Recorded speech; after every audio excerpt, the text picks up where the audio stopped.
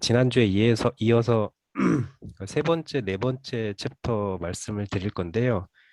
지난주 본의 아니게 시간이 좀 빡빡한 관계상 3번, 4번을 말씀을 못 드렸는데, 오늘은 제가 시간에 구애받지 않고 3번, 4번 다 말씀드리도록 하고요.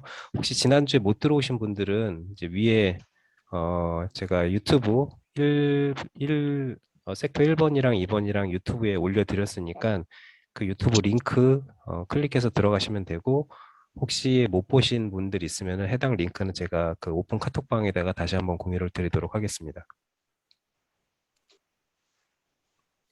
그럼 3번 부자 되는 공식부터 일단 시작을 해 보겠습니다.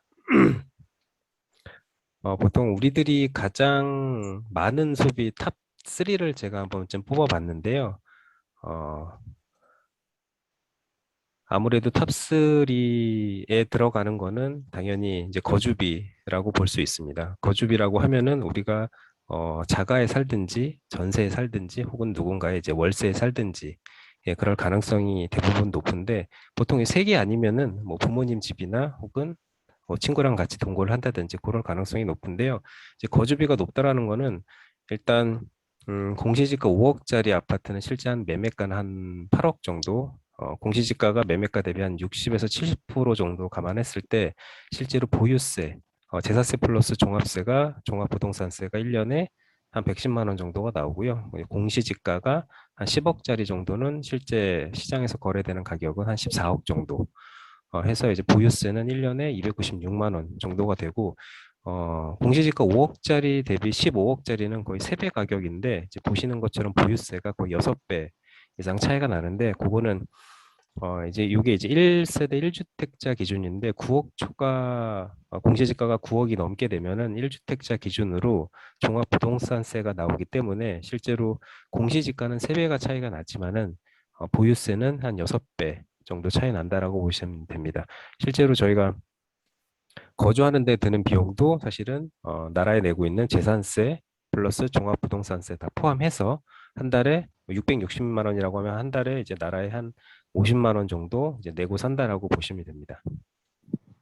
그 다음으로 이제 많은 소비가 들어가는 게 교육비인데, 뭐 물론 자녀가 없으신 분들은 교육비가 안 들겠지만은 어, 월 비용으로 따졌을 때 압도적으로 많이 나가는 비용이 교육비입니다. 제가 지난주에 저희 한 달 가정에서 나가는 교육비가 150만 7천 원이라고 말씀을 드렸는데, 지난 2주 사이에 조금 더 변동사항이 좀 발생을 했는데, 뭐 이제 이걸 불행 중 다행이라고 해야 될지 모르겠는데, 첫째 아이가 초등학교 4학년인데 이제 화상 영어를 또 해달라고 해서 화상 영어를 추가로 끊어주다 보니 교육비가 이제 이번 달부터는 한 달에 180만 원 정도 나가고 있는 상태고, 이 가장 어려운 부분인 것 같아요. 교육비 자체가 아이가 원하는 부분에 대해서는 시켜줘야 되는데, 뭐 아이가 원하지 않는다고 해서 억지로 시키는 부분도 분명히 발생하긴 할 겁니다. 하지만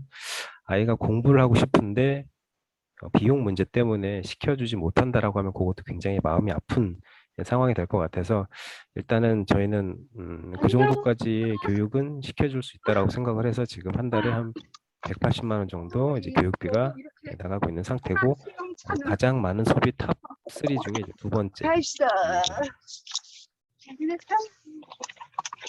그 다음으로 많은 소비가 아무래도 자동차가 될 것 같습니다. 보통 자동차 이외에는 이제 기타 꾸민비 정도로 볼 수 있을 것 같은데요. 자동차 같은 경우는 지금 일반적으로 남자들 같은 경우는 이제 남한테 나의 자동차로 나의 현재 위상을 보여주고 싶은, 혹은 하차감을 느끼고 싶은 그런 마음들이 있습니다. 왜냐면은 뭐 저도 이제 몰랐었는데, 하차감이라고 하는 게 내가 내 차에서 내릴 때 이제 나를 바라보는 시선을 느끼는 거라고 하더라고요. 그래서 제 사무실은 강남 쪽에 있는데, 강남 쪽에 이제 사무실에서 왔다 갔다 하다 보면은 사실 벤츠, BMW, 아우디 굉장히 흔하게 보이고, 마세라티도 뭐 굉장히 흔하게 보이는 뭐 그런 차량이다 보니까 저는 크게 감흥이 없는데, 사실 벤츠, BMW 차량 가격이 보통 한 6천에서 7천 정도 하다 보니까 결코 낮은 비용이 아닌데 그 자동차에 생각보다 우리가 이동수단인데 불구하고 남한테 보여주기 위해서 생각보다 많은 비용을 지출하고 있는 것 같습니다. 그래서 지금 요 보이시는 화면은 저희 아파트 지하 주차장에서 찍은 사진인데 뭐 오, 안타깝게도 이게 다 제 차는 아니고요. 오른쪽에 있는 이 흰색 아우디도 제 차가 아니고 이제 가운데 있는 제네시스도 제 차가 아니고 이제 저는 캠핑을 좋아하다 보니까 지금 이제 제 아내가 타고 다니는 요 왼쪽에 있는 QM6 요 차를 제 아내가 타고 다니고 있고요. 그리고 제가 타고 다니는 차는 이제 2008년식의 지금 13년 된 SM5 차를 타고 다니고 있습니다. 실제 얼마 전에 재미삼아 헤이딜러에서 가격을 알아봤는데 80만 원을 준다고 하네요. 근데 이제 차가 저는 이동수단이라고 생각을 하고 뭐 그 이외에 어떤 다른 목적을 갖고 있지 않다라고 해가지고 뭐 쪽팔린다든지 아니면 남한테 부끄럽다고 생각하지 않고 그렇게 타고 다니고 있어서 실제로 저희 집은 한 달에 자동차로 나가는 비용은 그렇게 크지 않습니다. 그리고 부자 되는 공식이 보통 제가 요 한 장에 좀 담아봤는데요. 요 5가지의 사이클을 보시면은 다 아시는 내용들입니다. 사실 큰 뭐 획기적인 뭐 다른 아이디어가 있고 그런 건 아닙니다. 뭐 부자가 되기 위해서 절약을 해야 된다라는 것은 과거에도 그랬고 현재도 그렇고 앞으로 미래에도 역시 마찬가지일 것 같습니다. 절약을 해서 시드머니 만들어서 투자하는 요 3단계가 딱 맞는 것 같은데 이제 제가 말씀드리고 싶은 건 조금 더 디테일하게 한번 들어가 보고 싶은 거였습니다. 욕심 버리기, 이제 미니멈 라이프, 냉장고 퍼먹기, 불필요한 물건 사지 않기. 요게 이게 사실 개념을 잡는데 시작이라고 볼 수 있습니다. 미니멈 라이프 같은 경우는 일단 내 장롱과 내 책상 서랍과 신발장 한번 열어보시면은 내가 분명히 싸게 샀는데 필요 없는 물건들이 굉장히 많이 있을 겁니다. 거기에도 분명히 많은 시간을 들여서 최저가를 사기 위해서 노력을 했을 거고 필요 없는 물건에 결국에 내 비용을 들여서 이제 구매를 했을 텐데 이제 그런 것들을 이제 줄여 나가는 게 일단 시작으로 볼 수 있을 것 같습니다. 어, 미니멈 라이프를 하게 되다 보면은 우리가 보통 일반적으로 쇼핑몰 사이트에 아무 생각 없이 들어갑니다. 어떤 생각으로 들어가게 되냐면은 싸게 뭘 살만한 게 있을까? 라는 심리로 들어가게 되는데 보통 어, 필요 없는데도 싸니까 구매하는 케이스들이 워낙 많이 발생을 합니다. 그래서 저는 항상 이제 제 주변 사람들한테도 얘기를 하는 게 갖고 싶은 물건을 사지 말고 필요한 물건을 사라고 하거든요. 근데 한 발자국 뭐 예를 들어 장바구니에 넣어놓고 한 2, 3일, 3, 4일, 뭐 길게는 한 달까지 장바구니에 넣어놓고 한번 고민을 해보세요. 이 물건이 진짜 진심으로 나한테 필요한 물건인지. 네, 얼마 전에 뉴스에도 나왔었는데 그 레노바에서 나온 P11이라는 패드가 한번 나왔었습니다. 패드인데 가격이 한 11만 원에서 13만 원 정도로 굉장히 저렴하게 나왔었는데 엄밀히 따지면 저는 필요 없는 물건인데 저도 한번 이제 구매를 할 뻔했었습니다. 왜냐하면 너무 저렴한 이유 하나만으로 결국 저도 구매는 하지 않았지만은 그래서 어떤 물건을 구매할 때는 반드시 내가 갖고 싶은 건지 필요한 물건인지 한번 생각해보고 구매하셨으면 좋을 것 같습니다. 하지만 물론 필요한 물건은 시간을 조금 들이더라도 저렴하게 구매하시는 게 당연히 맞습니다. 그 다음에 이제 노후화 같은 경우는 뭐 짠돌이야 뭐 당연히 습관화돼야 될 것 같고요. 그 다음에 신용카드 활용하기인데 보통 재테크를 처음 시작하시는 분들은 당연히 체크카드를 이용하시는 게 맞는데 저는 신용카드를 이용을 합니다. 그러니까 어떤 형태로 이용을 하냐면은 어, 일단 신용카드로 구매를 하는 거는 체크카드보다 혜택이 많아서이기도 하지만은 예산 안에서 예를 들어 식비도 신용카드로 구매를 하는데 예산 안에서 구매를 하고 승인 결제가 떨어지면은 하루 이틀 뒤에 바로 선결제를 다 해버립니다. 하지만 요거는 지출 컨트롤이 어느 정도 내가 된다라고 생각하시는 분들만 하셔야 되고요. 이 지출 컨트롤이 안 되시는 분들은 당연히 체크카드 이용하시는 게 맞을 것 같습니다. 그리고 요 얘기 이제 절약 부분으로 가도 요거는 재테크의 기본 중에 기본인데요. 이제 1,000만 원 투자해서 10% 수익 나는 것도 연기준으로 10% 수익 나는 것도 사실 굉장히 어려운데 10% 수익을 내서 100만 원 절약하는 것도 중요하지만은 그것보다는 1,000만 원을 가지고 어, 실제 내가 필요하지 않는 물건, 앞서 말씀드렸던 그냥 갖고 싶은 물건이 아니라 필요한 물건이 아니라 갖고 싶은 물건 이런 것들만 조금 컨트롤 한다고 하면은 분명히 1년에 100만 원 정도는 충분히 절약을 하실 수 있을 것 같습니다. 그리고 합리적인 소비, 앞서 말씀드렸던 것처럼 약간 좀 비슷한 얘기라서 일단 넘어가고요. 어, 합리적인 소비에서 빠진 부분이 있는데 이제 고정비 최소화하는 게 가장 중요합니다. 고정비라고 하면은 우리가 한 달에 우리 생활비에서 숨만 쉬어도 나가는 비용을 보통 고정비라고 간주를 하는데요. 숨만 쉬어도 나가는 비용이 아파트 관리비, 뭐 물론 수도세랑 뭐 가스비랑 난방비랑 뭐 그런 거는 사용하기 나름이긴 하지만은 일단 숨만 쉬어도 어쨌든 아파트 관리비 혹은 기본적으로 나가는 비용들이 있으니 그런 부분이랑 그다음에 보험료. 보험료도 이게 사실 제가 드릴 얘기가 굉장히 많은데 보험료까지 가면 완전 다른 길로 셀 것 같아서 일단은 고정비 줄이는 방법 중에 이제 세탁기가 아니라 그 공기청정기, 그다음에 정수기, 그다음 뭐 요즘에는 웬만한 것들은 다 렌탈 형태로 나오게 되는데 그런 것들을 최소화시키는 것도 고정비를 최소화하는 방법 중에 하나가 될 수 있을 것 같습니다. 그리고 이기는 투자는 우리가 이제 마지막 스텝인데 일단 1차적으로는 내가 부자가 될 수 있다. 내가 어떤 행동을 해야 된다. 그 다음에 행하는 행동이 절약, 노하우, 합리적인 소비. 그 다음 마지막으로 이제 시드머니를 만들었으면 그걸로 이기는 투자를 해야 되는데 제가 항상 얘기를 하는데 투자를 하는 데 있어서 아파트, 오피스텔이 됐든 뭐 채권, 사모사채, 해외 주식, 국내 주식 이 모든 것들은 내가 아는 투자만 하셔야 됩니다. 내가 아는 투자. 이게 무슨 말이냐면은 내가 어떤 투자를 하는 데 있어서 최소한 세 가지에서 다섯 가지 정도 이유는 내 스스로 합리화시킬 수 있는 이유를 만들어 놓고 투자를 하셔야 됩니다. 그런 이유 없이 누가 샀으니까, 제가 샀으니까, 뭐 김정환이 샀으니까 그 주식은 사도 돼. 이럴 수도 있긴 하지만은 그런 투자는 내가 결정한 게 아니라 그 사람이 결정한 투자이기 때문에 결국 뭐 좋은 수익이 날 수도 있겠지만은 결국은 나한테 도움이 되지가 않습니다. 내가 어떤 선택을 하는 데 있어서 원인을 찾고 그 결과를 내가 받아들여야 되는데 그러지 않게 되면은 그 투자는 사실은 그냥 운이 좋았던 투자라고밖에 볼 수 없습니다. 그래서 앞서 말씀드렸던 스텝 중에 이제 소비 방법 부분인데요. 일단 비고정비를 고정비로 만들자라는 부분이고 이 중에서 여러분들이 1년 예산을 세우실 때 한번 계산기를 놓고 두드려 보시면 충분히 이해가 되실 것 같아요. 비정기 지출이라고 생각을 하는 것들도 사실은 고정비로 월 고정 비용으로 만들 수가 있습니다. 가장 쉬운 예로 자동차 적금을 제가 매달 한 15만 원씩 따로 적금을 넣고 있는데 요거에 대한 용도는 매년 1월 달에 자동차세를 납부를 합니다. 매년 1월에 자동차세를 납부를 하는 거는 이제 연납을 해서 10% 할인을 받기 위함이었죠.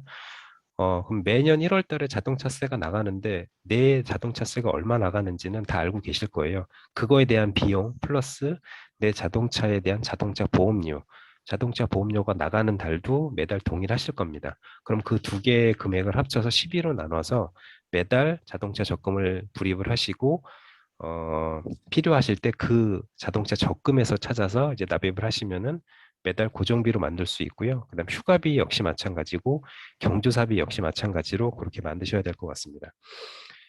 경조사비는 요즘에 이제 저도 이제 나이가 올해 42살이다 보니까 사실 경사보다는 조사가 더 많아진 것 같아요. 물론 30대에 계시는 분들은 당연히 뭐 경사가 많겠지만은 나이가 들다 보니 사실은 뭐 안타깝지만 조사가 좀 많이 발생해서 저는 이제 웬만하면은 조사는 다 조의금 들고 참석을 하고 있는데 그 부분도 역시 미리 준비를 하고 적금으로 가입을 하고 있다. 이렇게 보시면은 비정기적인 지출도 이제 정기 지출로 만들 수가 있습니다. 미니멀 라이프는 아까 말씀드린 부분으로 가름을 하면 될 것 같고요. 역시 신용카드 역시 마찬가지로 하시면 되고 앞서 말씀 안 드렸던 것 중에 하나가 자동차 부분은 요거는 그냥 순전히 그냥 제 기준에서 그냥 생각을 말씀드리는 건데 자동차를 구매하는 금액은 내가 받는 월급 곱하기 6, 그러니까 연봉의 2분의 1이겠죠. 혹은 내가 가지고 있는 대출을 제외한 순자산의 5% 정도가 적당하지 않겠냐라고 제 스스로 생각을 하는데, 예를 들어 월급이 한 달에 200만 원이면은 6 곱하면 1200만 원이죠. 1200만 원짜리 자동차가 맞다라고 생각을 하고, 만약에 순자산이 5억이다라고 하면은 요 5억에 5%니까 한 2,500만 원 정도의 자동차가에 가 적당하지 않겠냐, 이렇게 생각을 하고 있습니다. 자동차는 일단 사는 순간에 감가가 발생을 하고, 그 자동차를 운용하는 데 있어서 같은 자동차를 정확하게 10년 운행하면은 거의 자동차 금액 수준만큼까지 비용이 들기 때문에 사실 재테크하는 데 있어서 자동차는 사실 최악이긴 합니다. 특히 이제 30대 자동차를 사시면 내비게이션도 달고 블랙박스도 달고 카메트도 달아야 되고 방향제도 로베르타 디카메리오 달아야 되고 뭐 등등등 여러 가지, 자동차를 사게 되면 하고 싶은 것도 많고, 그리고 일단 자동차가 생기면 주차가 되는 식당을 찾아다니기 시작을 하게 되면서 일단 식비도 이제 많은 소비를 할 수밖에 없는 상황이 발생합니다. 그리고 일단 투자 부분인데요. 지금 제가 어, 1번 부동산을 가장 큰 글씨로 이제 작성을 한 거는, 제가 생각하는 재테크 1번은 당연히 부동산이었기 때문에 부동산이라고 표기를 했었고요. 실제로 제가 집을 그때 가장 많이 구매를 했을 때, 그때 뭐 대출까지 있었으니까 제 순자산이 거의 다 부동산에 들어가 있었고, 대출도 이제 수억 들어가 있는 상태이다 보니까 너무 부동산 쪽에 제 자산에 쏠려 있어서, 그거를 지금 수년간에 걸쳐서 리밸런싱을 해서 지금 현금도 어느 정도 좀 보유를 하고 있는 상태고요. 그다음에 이제 두 번째는 사모사채 부분인데, 사모사채라고 하면 아마 생소하실 수 있을 것 같은데, 좀 쉽게 말씀을 드리면은, 우리가 일반적으로 증권사나 은행에서 가입하는 펀드는 불특정 다수가 누구나 가입할 수 있는 공모 펀드라고 보시면 돼요. 수많은 사람들이 그 펀드에 가입을 해서 그 모아진 금액을 갖고서 특정 자산에 투자를 하는 형태가 공모 펀드라고 하는데, 보통 펀드 앞에 공모자를 빼고 그냥 펀드라고 얘기를 합니다. 근데 이제 보통 사모사채 같은 경우는 투자할 수 있는 머릿수가 정해져 있습니다. 이제 이게 50인이 넘어가게 되면 공모펀드로 변화가 되거든요. 그럼 이제 금감원에도 신고를 해야 되고 여러 가지 좀 복잡해지다 보니까 사모사채를 보통 제2금융권, 증권사에서 많이 모집을 합니다. PF라든지 PFV라든지 어쨌든 그런 사모사채 49인까지 만들어서 투자하는 형태인데, 일단 금액 자체가 인당 투자할 수 있는 금액이 최소 1억 이상이다 보니까 일반인들은 사실 참여하기가 어렵고요. 49인으로 제한이 있고 1인당 금액이 1억인 이유는, 49인을 가지고 한 200억, 300억을 모아야 되다 보니까, 이런 투자는 보통 돈이 현금 자산을 많이 가지고 있는 자본가들한테만 기회가 돌아가고, 일반 저희 같은 개미라든지 많은 현금을 들고 있지 않는 평범한 사람들한테까지 기회가 오지 않습니다. 온다 하더라도 금액 제한이 걸려서 실제로 투자를 못하는 경우들도 많이 발생을 하고요. 그래서 요거는 제가 이제 2019년도에 사모사채 투자를 해서 실제로 1억 5천을 투자를 해서 이자는 이렇게 받았고, 수익률은 요 정도의 수익률을 이뤄냈는데, 어, 이 PF라든지 사모사채 투자에 대한 거는 사실 저는 좀 투자 권유를 해드리지는 않고요. 왜냐면은 이게 원금 손실의 리스크가 있기 때문에 굉장히 위험한 투자 방식이라, 웬만하면 좀 지양을 했으면 좋겠다는 생각이 듭니다. 아니면 내가 1억 5천이 다 날려도 나는 이 정도 수익률을 감당할 수 있다라고 하시는 분들은 하셔도 되는데, 그렇지 않다라고 하면은 이제 그렇게 추천드리지 않는 투자 상품이고요. 그 다음에는 요거는 제가 다 이제 회사에 다니시는 분들도 많이 계실 텐데, 회사에서 넣어주는 퇴직연금, 그 다음에 혹은 IRP 퇴직연금 부분인데, 제가 이제 요거를 운영을 하기 시작한 거는, 저도 이제 회사를 다니기 시작한 지 지금 한 14년, 15년 차 정도 됐는데요. 그동안 회사에서 불입해준 퇴직연금은 다 DC로 운영을 하고 있고요. 그 DC로 운영을 해서 상품 운용 지시를 제가 직접 하고 있고요. 그 상품들은 지금 보시는 대로 미국 주식 쪽의 펀드와 그 다음에 배터리 주식 쪽의 펀드, 그 다음에 아래쪽에 보시면은 어, 마이다스 퇴직연금 배당 40, 요거는 지금 제가 까먹었는데 어쨌든 채권 혼합형으로 투자를 해서 실제 각각의 수익률은 40%, 16%, 한 28% 정도. 그래서 퇴직연금에 대한 회사가 불입해주는 회사에서 넣어주는 퇴직연금도 이렇게 제가 직접 운영을 하고 있고 실제 고위험군 리스크 투자 상품들이거든요. 제가 투자한 상품들은 이런 것들은 전체 투자할 수 있는 내가 불입한 전체 금액의 70%밖에 불입을 못하게 돼 있습니다. 그래서 저는 맥스로 70%, 그다음에 나머지 30%는 아래 보시는 것처럼 정기예금. 이것도 이제 5년짜리로 예, 운영을 하고 있고요. 요거는 다음으로 보시는 거는 요거는 역시 제가 같은 상품들로 좀 구성을 했는데 요거는 제가 개인 IRP 퇴직연금에 매년 700만 원씩 불입하고 있는 상태의 퇴직연금 수익률이라고 보시면 되는데요. 요것도 역시 미국 주식들이 제일 효자 노릇을 하고 있고 그 다음에 이제 차세대, 어, 5G 차세대 네트워크 장비 쪽에 투자한 펀드도 역시 높은 수익률을 보이고 있습니다. 제가 이제 여기서 말씀드리고 싶은 거는, 이제 30대 분들은 저처럼 하시면 안 되고요. 40대 이상이신 분들은 지금부터 퇴직연금에 대해서 좀 관심을 가지셔야 되는데, 퇴직연금은 연 700만 원까지 최대 불입할 수 있는 건 1,800만 원까지이긴 하지만 700만 원까지 연봉 5,500만 원 미만인 분들은 연봉 5,500만 원 미만인 분들은 세액공제로 16.5%를 연말정산할 때 돌려받으실 수 있고 연봉이 5,500만 원 넘어가시는 분들은 세액공제로 13.2% 세액공제를 받을 수 있습니다. 그것만으로 따져도 일단 수익률이 거의 한 10% 정도까지 볼 수 있고 40세 때부터 700만 원으로 매년 제가 최대로 불입을 하라라고 말씀을 드리는 거는 나중에 퇴직을 하게 돼서 국민연금을 받기 직전에 연금 크레바스, 소득 크레바스 시기가 도래했을 때 55세 혹은 60세부터 퇴직연금을 받을 수 있게 세팅을 미리 해놓으려면 지금부터 어느 정도 불입을 하셔야 된다라는 부분을 좀 말씀드리고 싶어서 이 장표를 넣었고요. 지금 보시는 건 아마 고등학교 때 아마 보셨던 장표이신데 어, 경기에도 사이클이 있습니다. 뭐 회복기, 활황기, 침체기에 따라서 주식과 부동산의 밸런스와 주식과 부동산에 투자할 때와 그다음에 채권에 투자할 때와 금에 투자할 때와 침체기에 투자할 때 이게 금리가 어느 정도 예전에 우리나라가 한 5%, 4% 정도까지만 하더라도 충분히 많은 채권에서도 많은 수익을 볼 수 있었는데 지금은 우리나라도 0.75% 기준금리로 굉장히 저금리 상태가 지속되고 있고 뭐 앞으로 0.25%를 더 추가로 올린다고 하지만은 그렇다 한들 그래도 저금리가 계속 현재 기조가 계속 유지될 거라서 이 사이클은 분명히 존재를 하지만은 이 진폭은 굉장히 잦아질 거라고 생각을 하고 있고 내 자산을 현재 어떤 위치로 배치시키는 건지가 가장 최선인지 고민을 해 보셔야 될 것 같습니다. 그리고 자녀 저축 부분인데요. 이것도 생각보다 모르시는 분들이 많아서 제가 일부러 장표를 넣었습니다. 자녀가 태어나면은 태어나자마자 자녀 이름으로 바로 주식 계좌를 만들어 주시고요.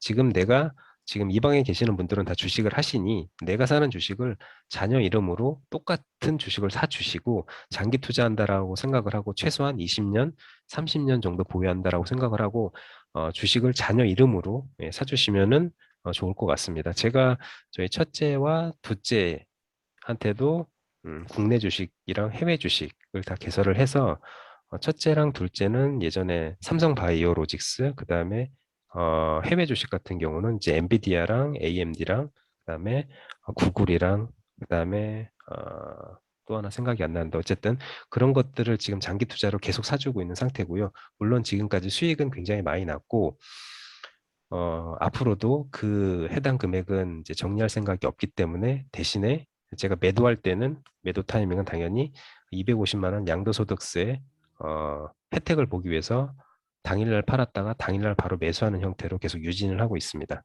그리고 자녀 이름으로 청약통장 같은 경우는 만 17세, 그러니까 한국 나이로 18세가 되겠죠. 18세 이상부터는 반드시 하나씩 만들어 주시면 좋을 것 같습니다.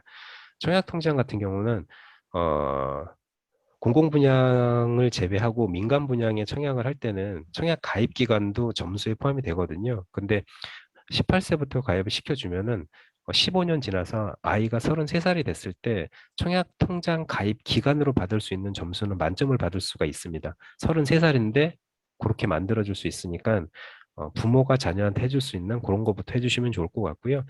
미성년 자녀, 그러니까 20세 미만의 미성년 자녀는 징역가 10년 동안에 2천만 원 비과세니까 이것도 충분히 이용을 하셔야 됩니다. 첫 번째, 그래서 제가 태어나자마자 자녀 이름으로 주식계좌 만들어주라고 말씀을 드린 건 그 계좌를 만들어서 바로 태어나자마자 2천만 원 넣어주시면 됩니다. 그리고 10살이 되던 해 또 2천만 원 넣어주시면 됩니다. 그럼 4천만 원까지 아이가 20살 때까지 비과세 받으실 수 있습니다.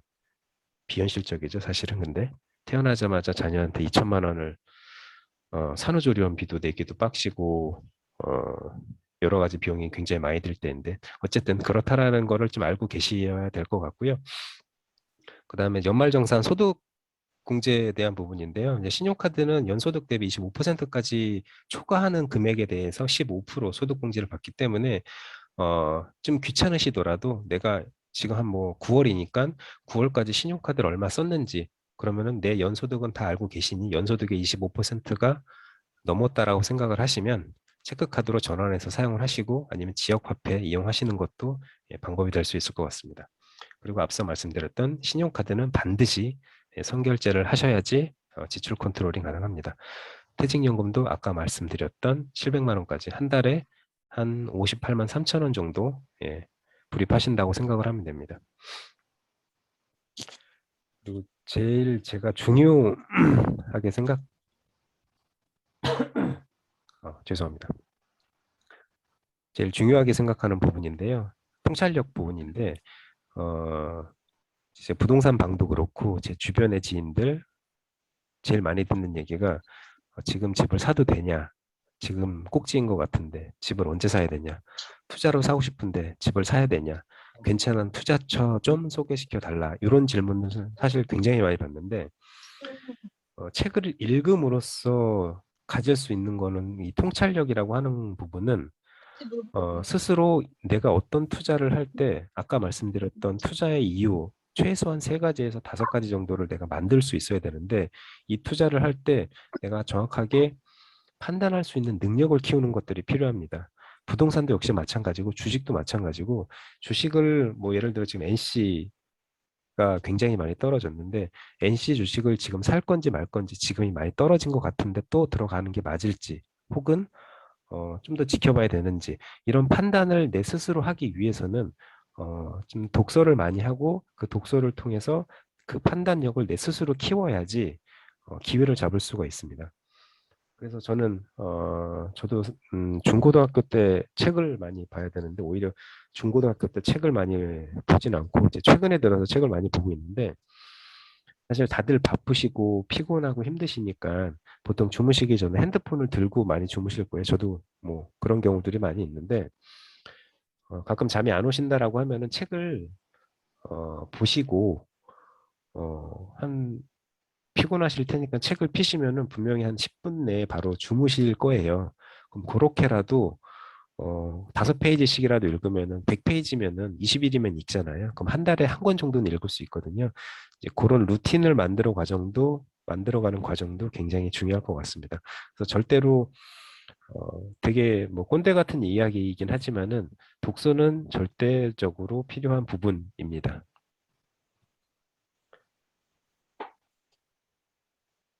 이 부분은 제가 33살 때 이제 아파트를 처음 분양받으면서 근로소득 이외에 다른 소득 파이프라인을 만들 수 있는지 책을 통해서 좀 배웠던 내용이고 그다음에 10in10 강의를 통해서 배웠던 내용들입니다.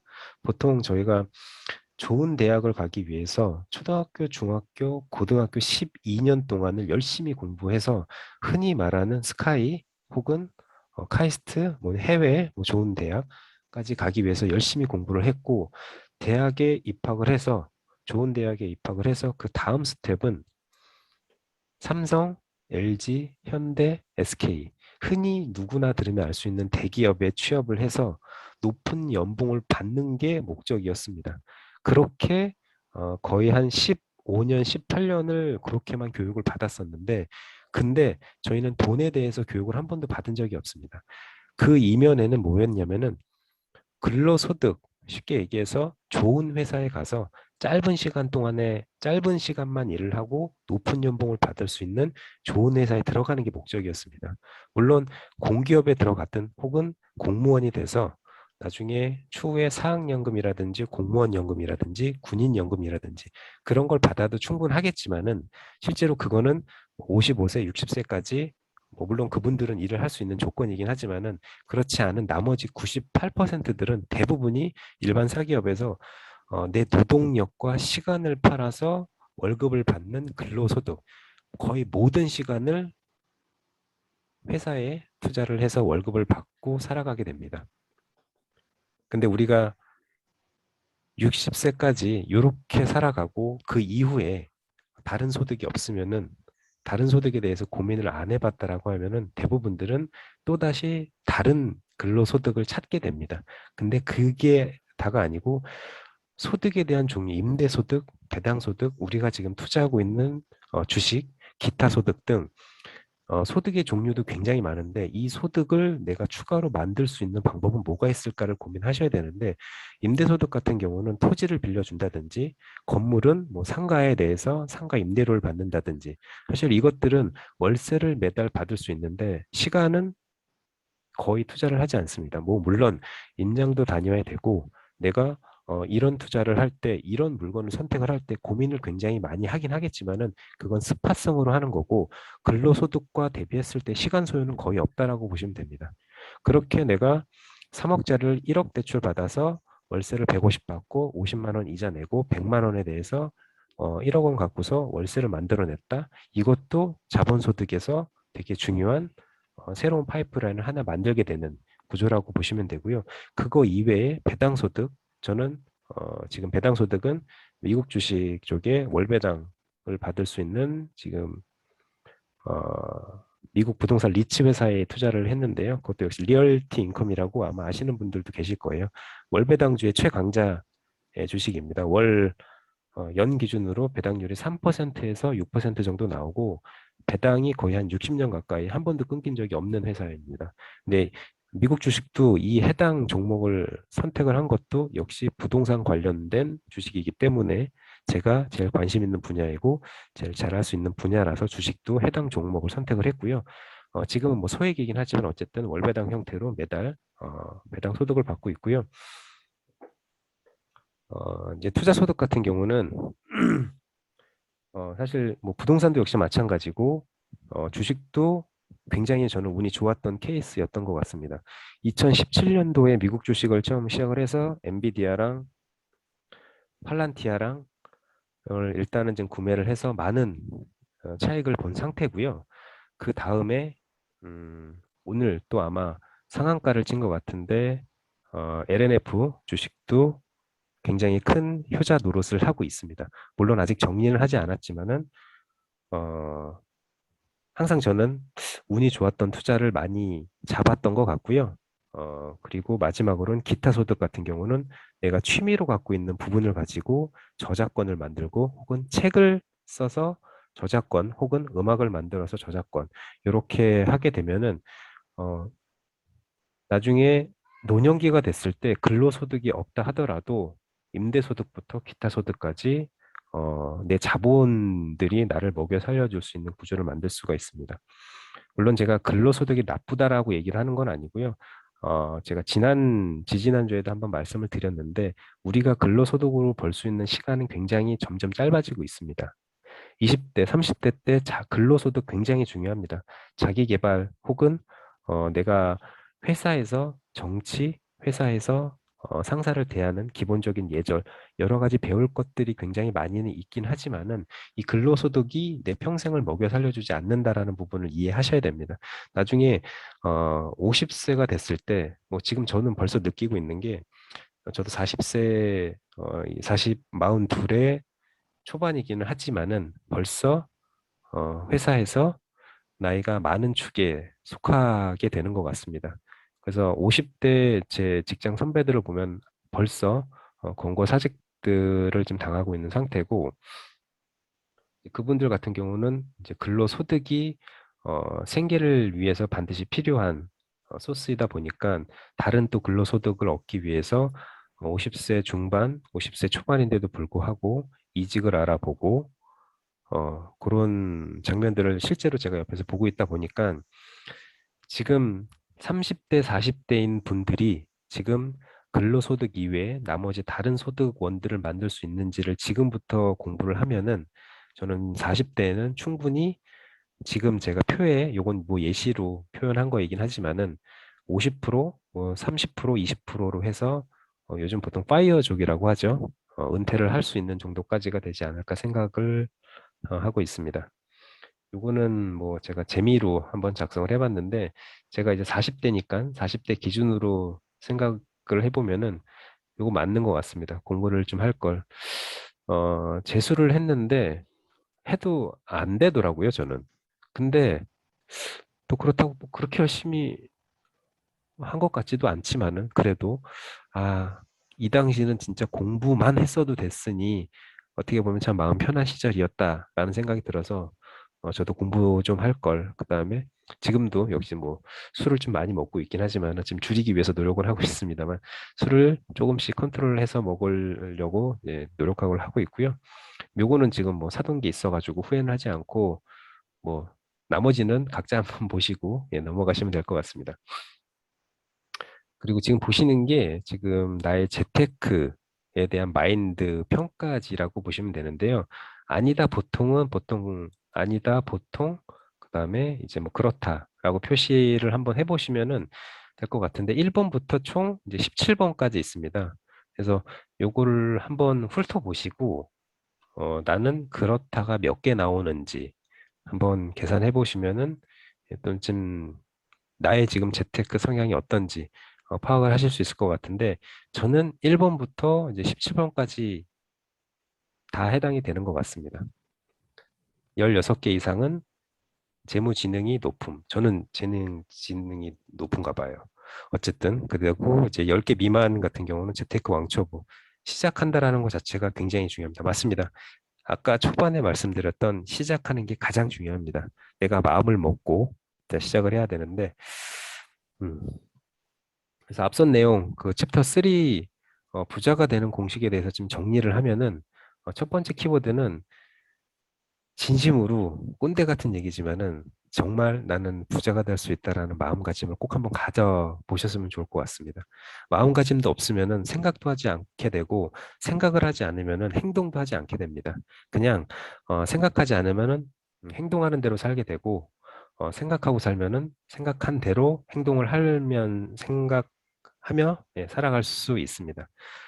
첫 번째 키 포인트가 가장 중요한데 아마 너무 꼰대 같은 얘기라서 아마 들으셔도 크게 와닿지 않으실 겁니다. 저 역시였지만 저 역시 이 얘기를 듣고 아, 뭐 이렇게 뜬구름 잡는 얘기를 한다라고 생각을 했었으니까는요. 그럼 조금 더 구체적으로 이제 좀 말씀을 드리면은 이제 로드맵 그리는 게 가장 중요합니다. 이제 현실적인 부자 목표를 세우셔야 되는데 현실적인 부자 목표라고 하면은 일단 이렇게 생각을 해볼게요. 지금 30세 초반이시라고 하면은 월급이 200만 원이고 나는 한 달에 150을 저축을 해서 1억을 만들 거야 라고 하면은 150을 저축해서 1억을 만들려면은 일단 현실적으로 어, 150만 원을 1년 저축하면 1,800만 원이고 1,800만 원을 6년 동안 모으면 1억이 됩니다. 절대 작은 금액이 아닙니다. 1억이라는 돈을 36에 단순히 내 노동력만으로 모았다라는 건 대단한 겁니다. 정말로. 근데 보통 200만 원 월급 받으시는 분들이 150만 원 저축하기는 어렵죠. 굉장히 어렵습니다. 그러면은 일단 이렇게 목표를 세웠다라고 하면은 탑다운 형태로 일단 생각을 해보시면 돼요. 내가 월급을 200을 받고 있는데 내가 지금 한 달에 얼마를 쓰고 있지? 내가 50만 원으로 쓰려면 어떻게 해야 되지? 핸드폰 요금이 한 달에 할부금 포함해가지고 10만 원 나가고 교통비가 한 달에 10만 원 나가고 어 아파트 관리비 혹은 오피스텔 빌라 관리비가 한 달에 기본적으로 10만 원이 나가는데 지금 숨만 쉬어도 30만 원인데 보험료 40만 원 이렇게 나가는데 어떻게 150을 저축을 하지? 라고 고민을 하면서 시작을 하시는 거죠. 그러면은 내가 150을 저축할 수 있는 방법이 무엇인지를 이를 거꾸로 생각을 해보시면 됩니다. 핸드폰비 줄일 수 있는 방법도 충분히 있고요. 보험료 같은 경우도 내가 필요한 보험인지 나를 위해서 가입한 보험인지 보험 설계사 혹은 우리의 가까운 친구들, 가까운 친인척들이 가입시켜준 보험들 이게 과연 나를 위한 보험인지 그분들을 위해서 가입한 보험인지 그런 부분도 한번 점검해 볼 필요가 있을 것 같습니다. 그러면은 이제 여기서 6년 동안에 1억을 만들었는데 그럼 그 기간 동안에 뭘 할 거냐? 사실 저는 시드머니를 뭐 1억을 만들든 5억 5천만 원을 만들든지 간에 중요한 거는 그 만드는 기간 동안에 뭐 어떤 생각을 하고 있는지가 가장 중요합니다. 150만 원을 내가 만들고 내가 지금 절약을 하고 있는데 여기서 내가 이걸 왜 하고 있지? 내가 어떤 공부를 해야 되지? 권과장이 점상이 이런 책을 읽으라고 했는데 이런 책을 읽으면 되나?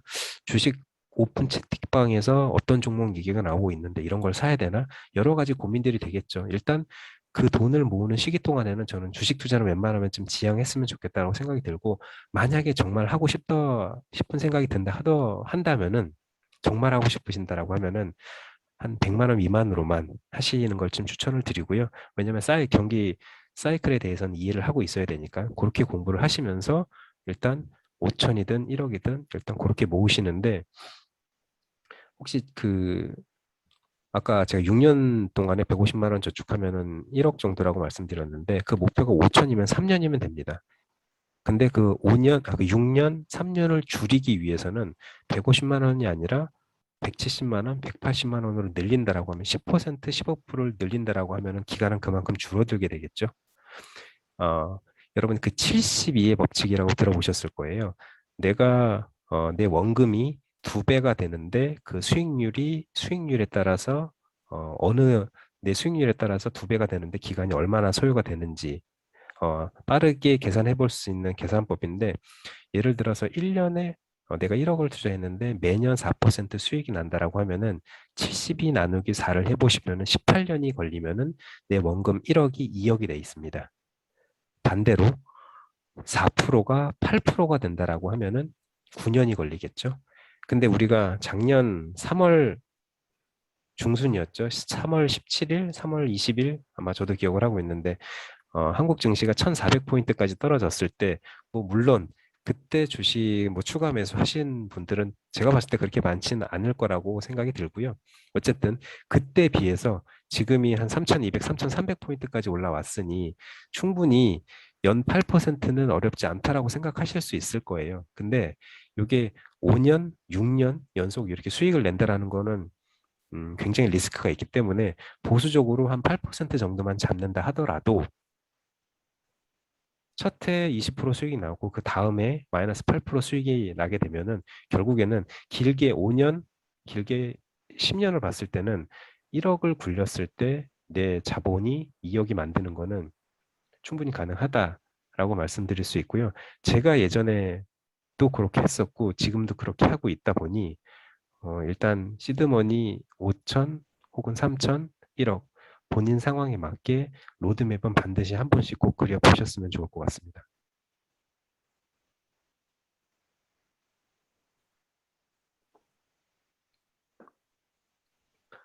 그리고 앞서 말씀드렸던 그 미니멈 라이프와 투자하기 이 부분은 필요 없는 물건 분명히 정리를 하시면서 진행을 하시고요. 투자 성향은 여기 계신 분들 당연히 대부분 주식 쪽이실 것 같아요. 저는 부동산에 맞아서 부동산을 했던 거였고요. 요거에 대해서 판단은 책으로 했습니다. 주식책은 저도 사실 주린이긴 하지만은 주식책은 봐도 저는 눈에 하나도 안 들어오고 재미가 없어요. 그냥 크게 사이클 보고서 그냥 사놓고 안 쳐다보고 그런 형태로 하고 부동산은 거꾸로 거의 시세를 지금 여러분들이 주식을 하면서 시세 창을 하루에 100번씩 열어보는 것처럼 저 역시 부동산 제가 관심 있는 지역들을 하루에 100번씩 쳐다보고 있습니다. 이 얘기는 내가 모르는 투자는 절대 하지 말라고 말씀드리는 겁니다. 책은 최소한 하루에 한 달에 한 권 정도는 읽으셨으면 좋을 것 같고요. 책에 대한 부분은 제가 그동안 읽었던 책들, 그다음에 추천드리고 싶은 책들은 제일 마지막 뒤에 있으니까 그걸로 예, 말씀을 드리겠습니다. 조금만 예, 빠르게 하겠습니다. 그리고 이제 나머지 4번 예, 부동산 투자 방법 대해서 말씀드리겠습니다. 제일 제가 많이 듣는 질문 중에 하나인데 좋은 것과 안 좋은 것으로 자꾸 부동산을 판단을 하시는데 좋은 것, 안 좋은 걸로 판단하시면 안 돼요. 기준이 좋은 것과 안 좋은 것에 대한 기준이 본인들이 생각하는 기준과 실제로 시장이 판단하는 기준이 다르거든요. 그럼 부동산은 어떤 형태로 판단을 해야 되냐면은 싼 것과 비싼 것으로 판단을 하셔야 됩니다. 청약도 역시 마찬가지고 일반 물건을 매매할 때도 역시 마찬가지입니다. 지금 보시는 단지가 제가 2013년도에 분양받았던 아파트입니다. 제가 분양받았던 아파트는 자연한 레미안 2편 세상 아파트였습니다. 요거는 공공분양 아파트였었고요. 요거는 34평 분양가가 4억 8,500에 평당 1,400. 그다음에 앞서 분양을 했던 근방에 있는 사실 바로 옆 단지죠. 같은 행정구역도 성남시 창곡동으로 같이 돼 있습니다. 이 아파트 같은 경우는 민간 분양이었고 실제 분양가는 한 1,700만 원 정도, 평당 분양가가 1,700만 원 정도였는데 이 두 개만 나란히 놓고 봤을 때 분명히 민간 분양을 놓고 봤을 때 이 당시에는 정말 말도 안 되는 말도 안 되는 이제 가격이었었습니다. 왜냐하면 이 당시에 아시는 분들도 아시겠지만은 집을 사면은 미쳤다라는 소리를 듣는 시절이었어요. 집을 왜 사냐고. 집 가격은 앞으로 오르지 않을 건데. 근데 누가 다, 당시에 요 지역을 가보신 분들은 아시겠지만은 다 군인 아파트가 서 있었고 땅을 다 밀어서 그냥 다 흙먼지밖에 없는 그 정도의 땅 형태였는데 전철역도 멀었고요. 실제로 지금도 전철역은 아직도 좀 멉니다. 지금 보시는 것처럼 복정역이 굉장히 멀리 있죠. 근데 올해 연말에 이 아래쪽에 남위례역이 하나 개통을 하니 그나마 조금 숨통이 트일 수는 있겠지만 어쨌든 아직까지도 교통이 좀 불편하고 그 당시에는 더할 나위 없이 더 불편했었죠. 그런데 여기 아무것도 없는 데서 6억 3천에 분양을 받는다? 결과는 당연히 참패였죠. 아무도 아무도가 아니라 이제 미분양 자체였었습니다. 그냥 분양 사무실 가서 몇 동 몇 호 남은 것 중에 내가 골라서 계약할 수 있는 정도의 시절이었습니다. 근데 당시 1,700만 원이었으니까 이걸 분양을 받을 수 있는 사람들은 정말 내 집을 갖고 싶은데 물리적인 거리가 송파나 강남 쪽에서 멀지 않은 출퇴근이 이 정도면은 뭐 내 차로 좀 막히더라도 대중교통은 없더라도 다닐 수 있겠다. 새 아파트에 좀 불편하더라도 살아보자라고 하신 분들은 사신 분들이 있을 거고 실제로 제가 봤을 때 투자로 들어가신 분들은 그렇게 많지 않을 거라고 생각을 하는데 어쨌든 이 아파트가 1,700만 원이었고 그 뒤에 6개월 뒤에 분양을 했던 제가 분양을 받았던 이 아파트는 1,400만 원이었습니다. 물론 민간 분양과 공공 분양의 차이가 있었으니까 공공 분양이 당연히 저렴하겠죠. 1,400만 원으로. 근데 당시에 요 분양가를 보고도 보시면은 2013년 10월 제가 이 공고가 올라오고 나서 이제 그 공고 밑에 댓글이 달린 것들을 지금 캡처해 왔는데 이 당시 분위기가 이랬었습니다. 34평 아파트가 공공 분양인데 5억 가까이 된다라는 게 말이 안 된다라는 이제 부정적인 의견들이 굉장히 많았었죠. 당연한 게 2년 전, 3년 전에 이명박 정권 때 보금자리 주택이라고 해서 강남 세곡동, 자곡동에 공공분양 아파트를 반값 아파트로 분양을 했었어요.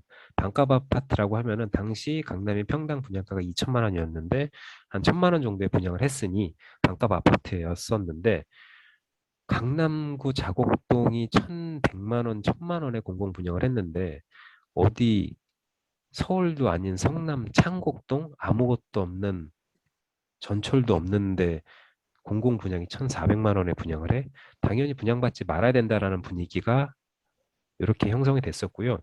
근데 앞서 보신 것처럼 민간 분양을 먼저 분양을 했는데 인접한 지역이었잖아요. 근데 민간 분양이 평당 1,700이었는데 공공 분양이 굉장히 비싼 거였지만은 어쨌든 1,700에서 1,400 빼면은 평당 300만 원을 안전자산으로 안전장치로 갖고 갈 수 있는 상태인데 평당 300이면은 30평이면 34평이면 평당 전체 금액에서 1억 이상 싸게 일단 내가 분양받을 수 있잖아요. 그럼 당연히 분양받는 게 맞죠. 근데 당시에도 이 아파트 공공 분양인데 너무 비싸다고 해서 특별 분양은 미달이 났었고 저는 특별 분양으로 받아서 미달이 나서 당첨이 됐던 거였고 일반 분양도 경쟁률이 그렇게 높진 않았었습니다. 지금 이 아파트의 현재 시세를 한번 볼까요?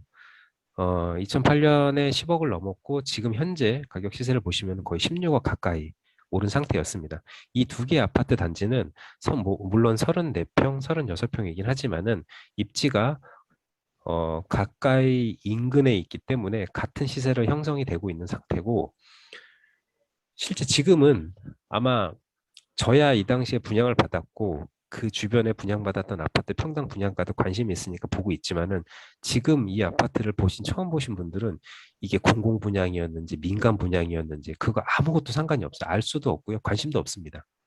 근데 어, 사실 아파트 이름만 보면은 좀 관심 있는 분들은 아시죠. 자연 N이 붙으면은 당시에 경기도시공사가 시행을 했던 아파트입니다.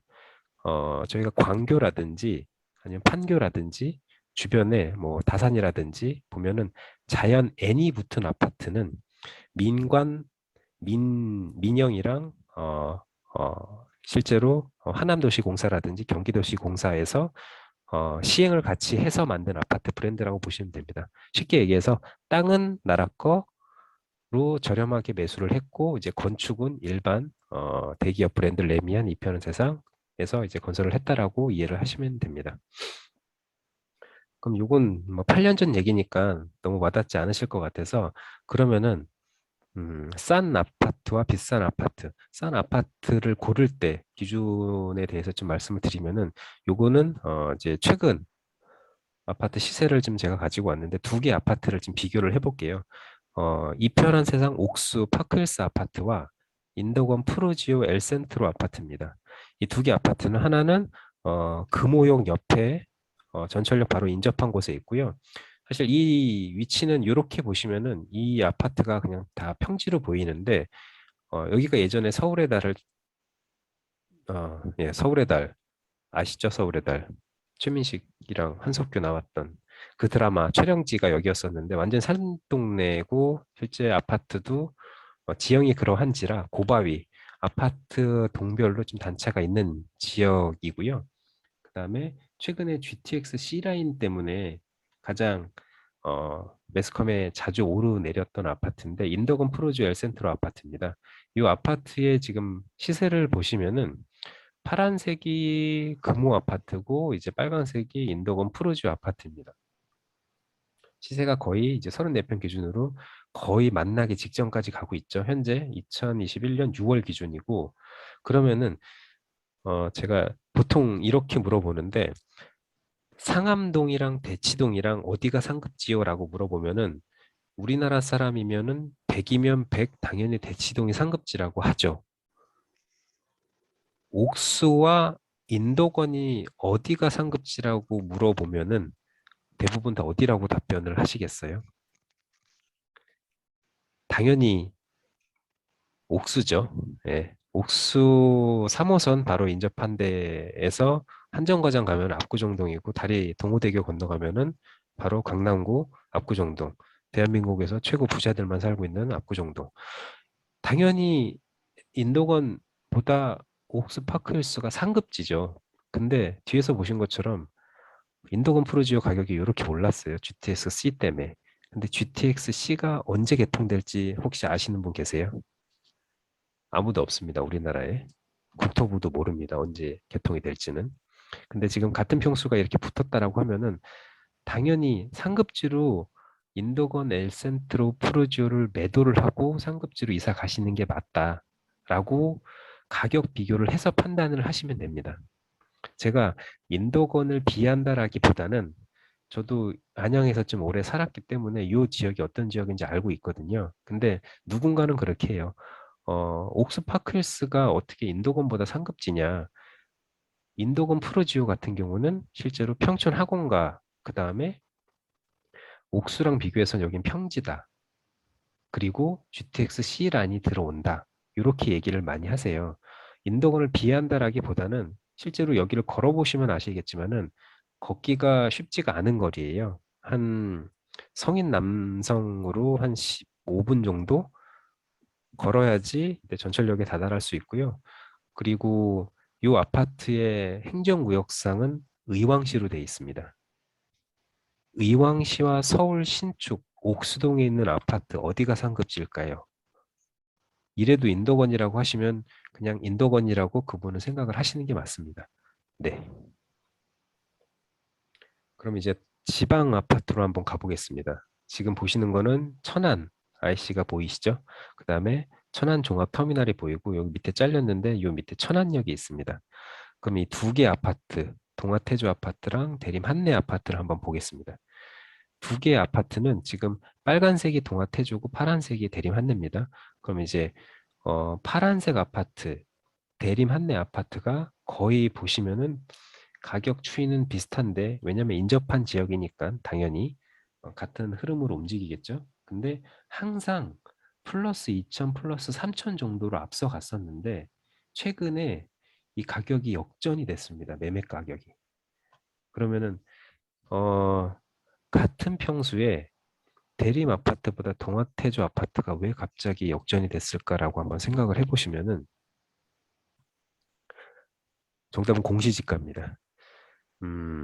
공시지가 1억 미만은 다주택자들이 취득을 할 때 취득세 중과가 되지가 않습니다. 근데 동아태주 아파트 같은 경우는 공시지가가 한 11층 기준으로 9,650만 원.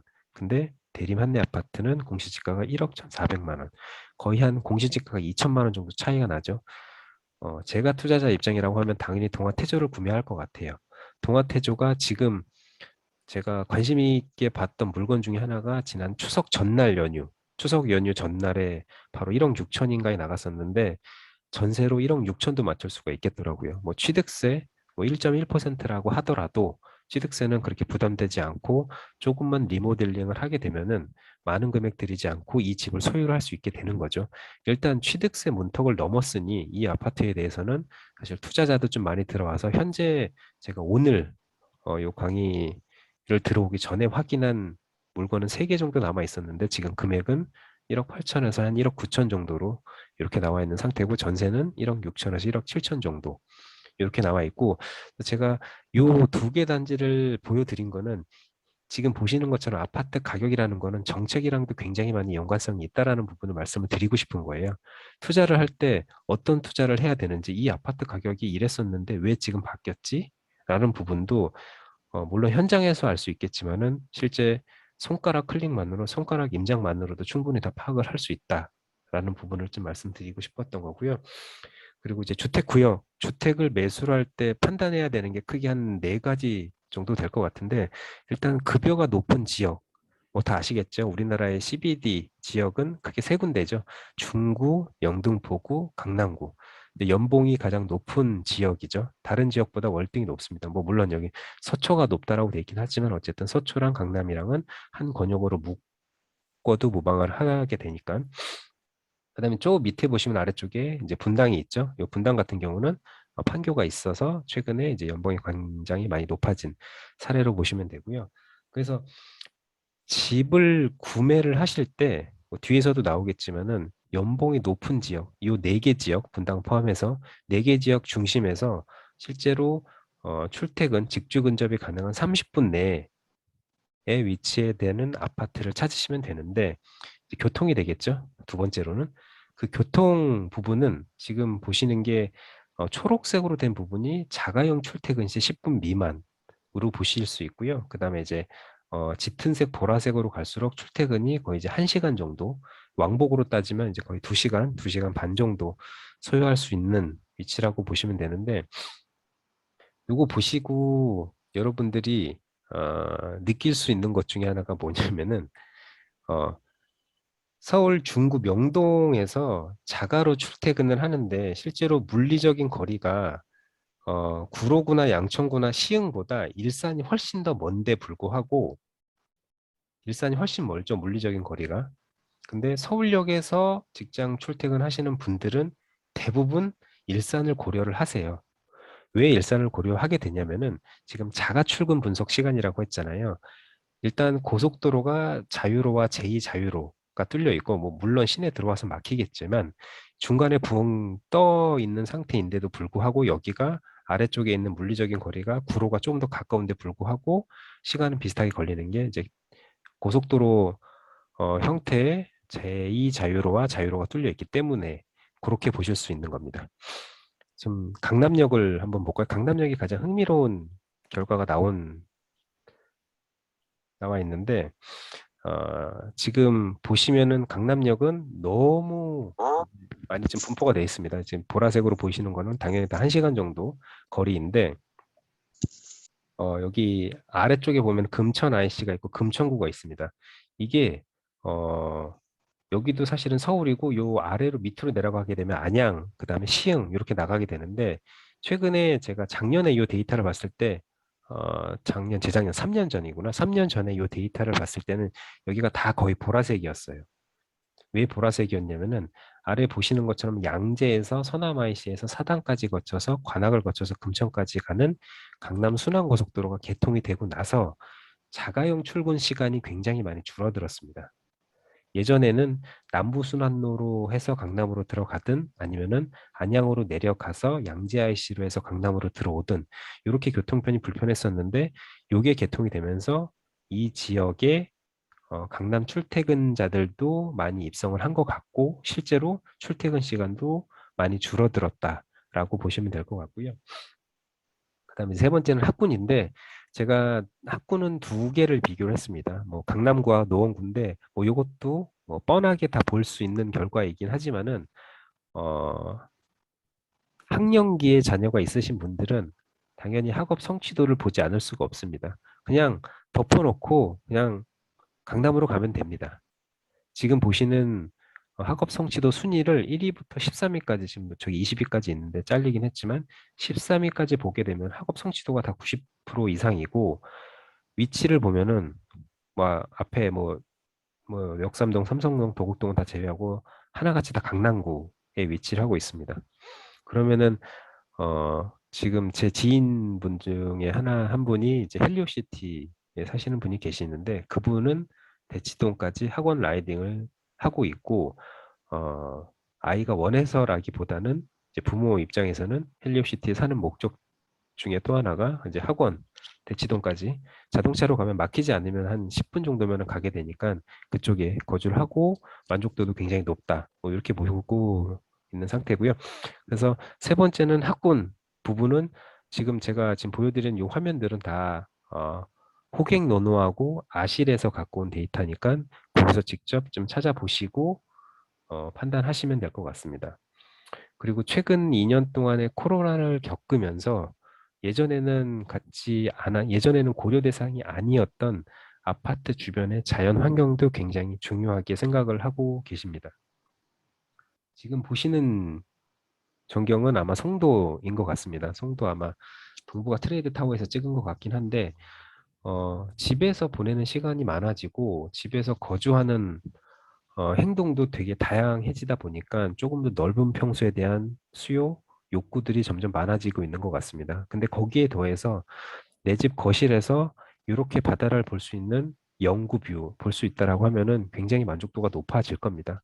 그리고 지금 보시는 화면은 광교에 있는 광교 중흥 S클래스의 아마 이게 40평, 50평대 타입에서 광교 호수공원 원래 이것도 이름이 원천 저수지였는데 이름을 광교 호수공원으로 이렇게 바꿔서 어쨌든 주변을 잘 꾸며놔서 이렇게 보기 좋게 만들어 놨습니다.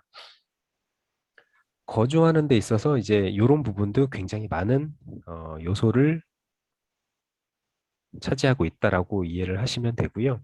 그 다음에 이제 다섯 번째는 호재인데 보통 GTX 고속도로 그 다음에 지하철 연장선 4호선은 저기 진접까지 가게 되고 8호선은 별내까지 가고 이제 9호선은 고덕을 지나서 이제 하남 미사까지 연장이 되는데 이런 것들은 당연히 다 충분히 호재고 실제 지금 공사를 하고 있기 때문에 호재라고 보시면 되고요.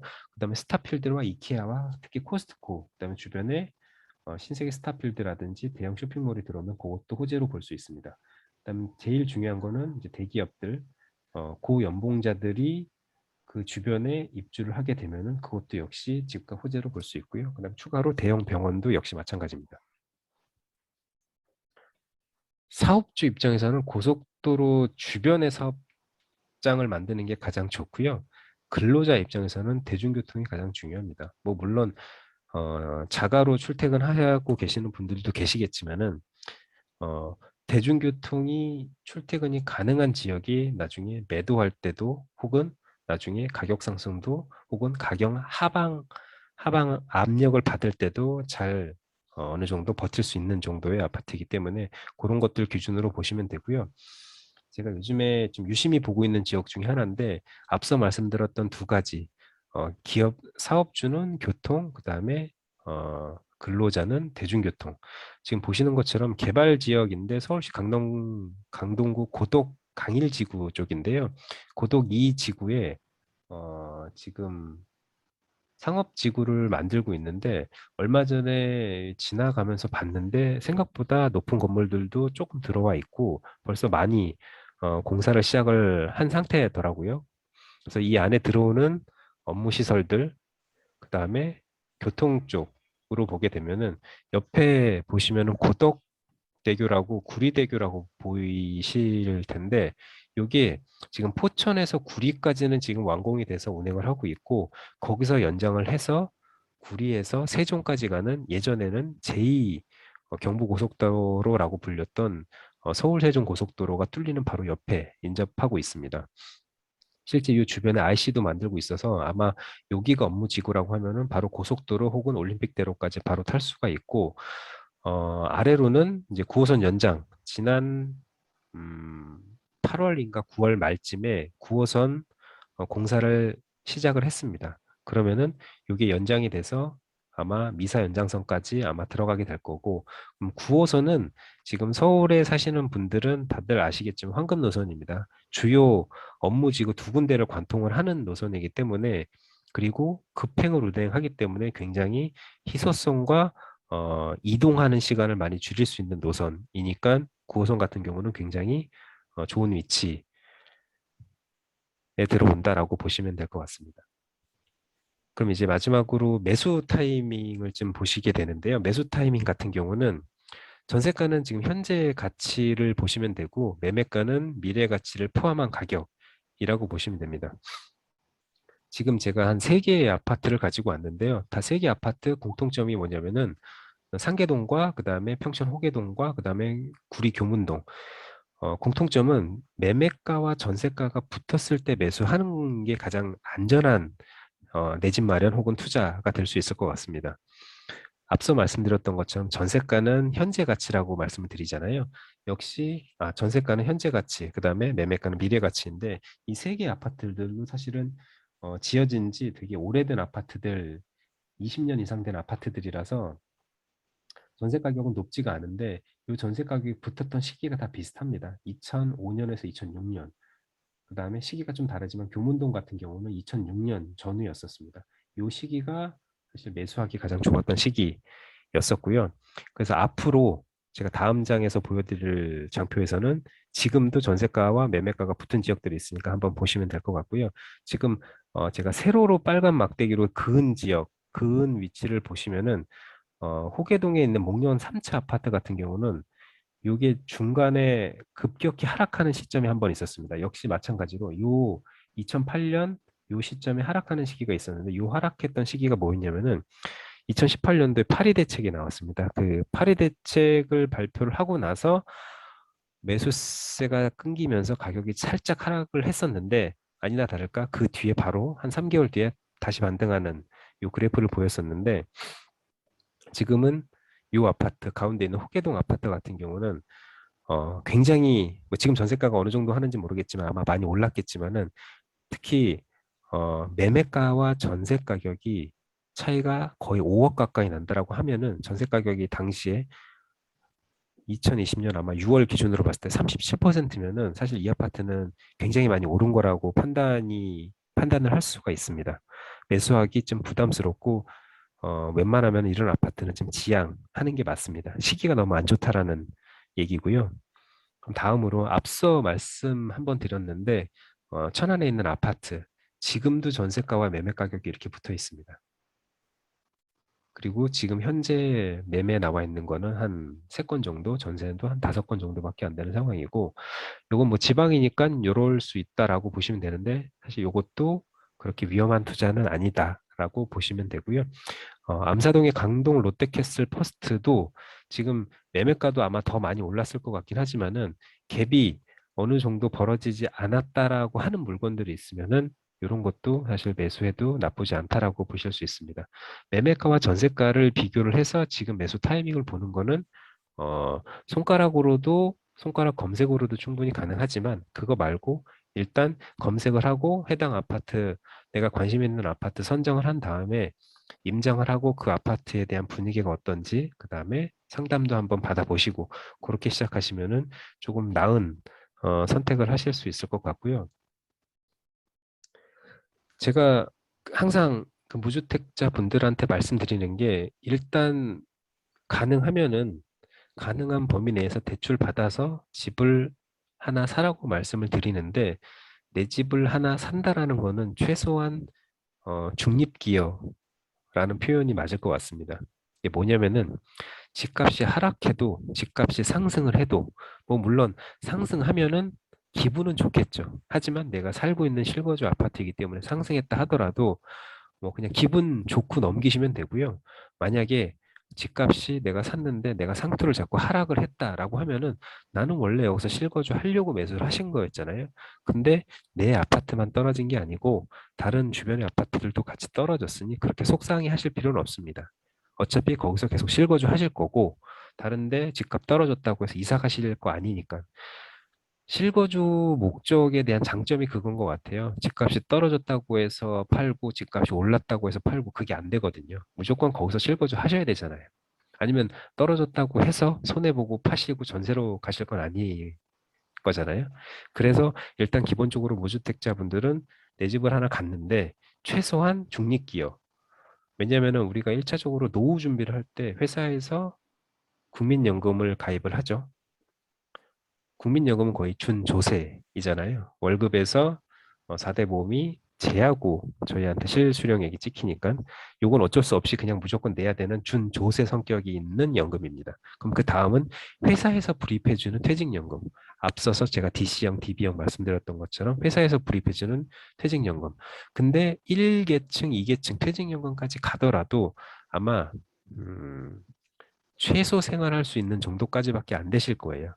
국민연금 받아봐야 저희가 60세까지 불입을 해서 65세에 받는다고 하더라도 실제로 받을 수 있는 게 아마 100만 원이 안 되실 겁니다. 추가 불입을 많이 하지 않는 이상은 퇴직연금을 받는다 하더라도 기초생활 정도 수준. 근데 여기에 플러스로 개인연금까지 마련해 놓으시면은 국민연금 말고 퇴직연금 말고 개인연금 혹은 저는 개인 IRP 퇴직연금으로 한 달에 58만 3천 원씩 1년에 700만 원씩 세액공제 받으면서 개인연금을 불입하고 있는 이유가 최소한 표준 생활을 할 수 있게 만들기 위해서 이 3층 연금까지 만들어 놓은 거고요. 그다음 마지막이 네 번째가 주택연금입니다. 주택연금까지 마련해 놓으셨으면은 나중에 자녀들한테 손 벌리지 않고 조금 더 여유롭게 먹고 싶은 거 가끔 한번 사 먹고 아내와 남편이랑 여행도 간혹 한번 갈 수 있는 정도 수준이 될 수 있습니다. 내가 이 주택연금이라고 하면은 보통 아마 생소하실 수 있는데 영모기지론을 이해를 하시면 됩니다. 내 집을 담보로 나라에서 주택금융공사에서 아파트를 담보로 잡아서 매달 생활비를 받는 형태, 영모기지라고 보시면 되니 이렇게까지만 만들어 놓으시면 최소한 노후에 대해서는 어느 정도 안전장치는 마련해 놓은 거다라고 해서 저는 무주택자분들은 진짜 한 달에 한 2천만 원, 3천만 원씩 버시는 분들은 그냥 월세 사셔도 돼요. 돈을 많이 벌 수 있는 능력을 갖고 계시니까. 근데 그런 사람들은 대한민국에서 제가 봤을 때 0.1%도 안 될 거거든요. 지난주에 제 월급에 대해서도 말씀드렸었고, 보통 지금 사업하시는 분들도 뭐 한 달 매출이 2천만 원이라 하더라도 아마 그 사업을 하시는 분들은 내 시간과 내 모든 노동력 갈아 넣어서 되게 많은 시간을 이용을 하면서, 많은 시간을 이용해서 아마 그렇게 소득을 발생시키고 있을 건데, 그게 끊기게 되면은 사실 굉장히 위험할 수 있으니 그런 거 말고 실제로 똑같이 노동시간을 많이 들이지 않는데 사업소득으로 2천만 원, 3천만 원 버시면은 주택연금도 필요 없고요. 퇴직연금도 필요 없고 다 필요 없고 그냥 그분은 계속 돈 많이 버시는 상태로 월세 살아도 문제가 없습니다. 제가 시간을 좀 계속 오버하고 있는데 아무도 말씀이 없으셔서 다 주무시고 계신 건 아니시겠죠? 잘 듣고 있습니다. 아, 네. 고맙습니다. 마지막으로 좀 몇 가지 이제 좀 마무리를 하겠습니다. 앞서 말씀드렸던 모든 재테크든 가족과의 관계든 가장 중요한 거는 균형입니다. 밸런스가 가장 중요합니다. 취미가 됐든 회사 생활이 됐든 주식 공부를 하든 부동산 투자를 하든 친구가 됐든 어떤 관계가 됐든 간에 이 밸런스가 맞지 않고 예를 들어 제가 부동산 투자 임장을 다니는데 가정을 팽개쳐 놓고 부동산 투자 임장만 다녀서 지금 저희 아이들과 저희 자녀들과 아내와 관계가 좋지 않다라고 하면은 사실 제가 임장 다녀서 돈을 많이 번 거가 아무 의미가 없습니다. 어느 정도 밸런스를 맞춰서 내가 원하는 목표, 내가 원하고자 하는 바를 이루기 위해서 어느 정도 적당한 선에서 그 적당한 균형을 맞추는 게 가장 중요합니다. 하나라도 무너지면은 다 의미 없어지게 되고 가장 중요한 건 40대가 되다 보니 건강 잘 챙기셔야 됩니다. 기타 부분에서는 제가 관심 있게 보고 있는 유튜브들이고요. 이제 월급쟁이 부자들 유튜브, 그다음에 3프로TV 역시 저희 이진우 기자를 되게 사랑합니다. 그리고 빠숑의 세상 답사기 부동산 관련된 부분, 그다음에 신사임당, 그다음에 부익남이라고 하죠. 부동산 읽어주는 남자, 그다음에 세금 부분은 채널 제네시스 박을 많이 보고 있고 제가 지지난주에 발표했던 것 중에 자본주의의 소비는 감정이다라고 캡처를 했던 부분이 있는데 그게 2편에서 나옵니다. 여기 1편부터 5편까지 돼 있는데 굉장히 잘 만든 다큐멘터리인데 책을 읽기 싫으신 분들은 일단 주무시기 전에 요 유튜브를 보세요. 그래도 한 10분도 못 보고 주무실 수 있어요. 바로 주무실 수 있으니 지금 보시면 이게 한 편이 1시간짜리, 57분짜리, 59분짜리 좀 지루한 부분들이 좀 있어서 뭐 스킵을 하시더라도 어쨌든 한 번씩은 다 보셨으면 좋을 것 같고요. 그다음에 영화는 인타임이랑 행복을 찾아서 이것도 꼭 한번 보셨으면 좋을 것 같습니다. 책 부분은 제가 카페에도 한번 올려드렸었는데 그동안 제가 읽었던 책들이고요.